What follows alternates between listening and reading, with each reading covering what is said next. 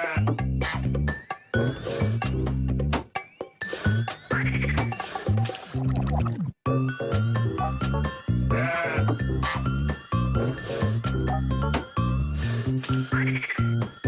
Muséum de Paris, l'ordre de grandeur est le même.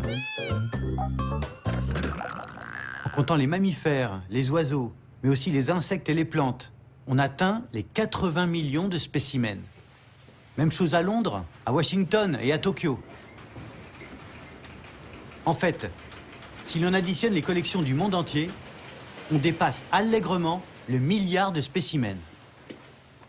Les collections d'histoire naturelle, particulièrement en ornithologie, sont des collections de masse. Énormément de spécimens.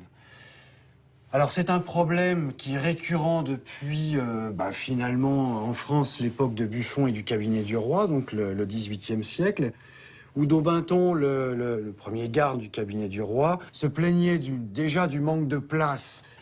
Aujourd'hui, ici à la Zoothèque, on évoque la même chose. La place, il n'y en a plus de disponible. En 1793, à l'émergence du Muséum national, le nombre d'oiseaux est de 450. Aujourd'hui, il est de 155 000.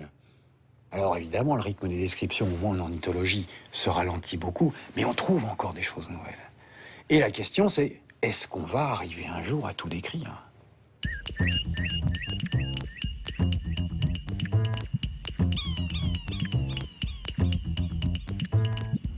Le point de départ, pour décrire le vivant, c'est la notion d'espèce.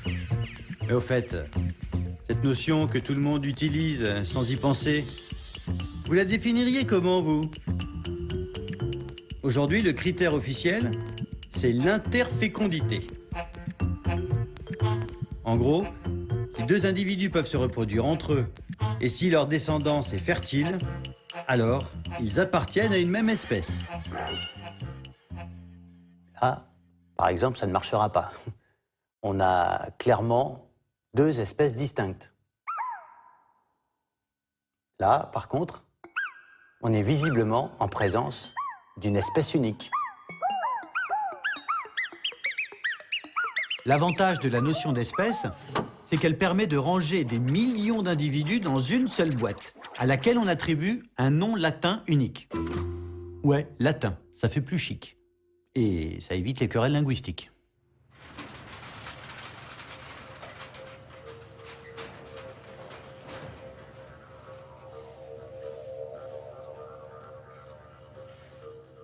Dans cette section de la zoothèque sont rassemblés des spécimens qui sont singularisés par une étiquette rouge. C'est ce qu'on appelle des types. Alors un type, c'est quoi? C'est le maître étalon d'une espèce. Tout le vivant est régi par le système de la description des types. Alors, par exemple, ce gibbon à main blanche, qui a été collecté vers 1822-1826 à Java, a été envoyé ici à Paris. Et puis les gens qui l'ont examiné se sont tout de suite rendus compte que ça correspondait à rien de ce qu'on connaissait à l'époque. Donc ils ont dit, c'est une nouvelle espèce. On définit un type et on lui donne un nom. Parce que c'est ça qui compte, c'est de donner un nom.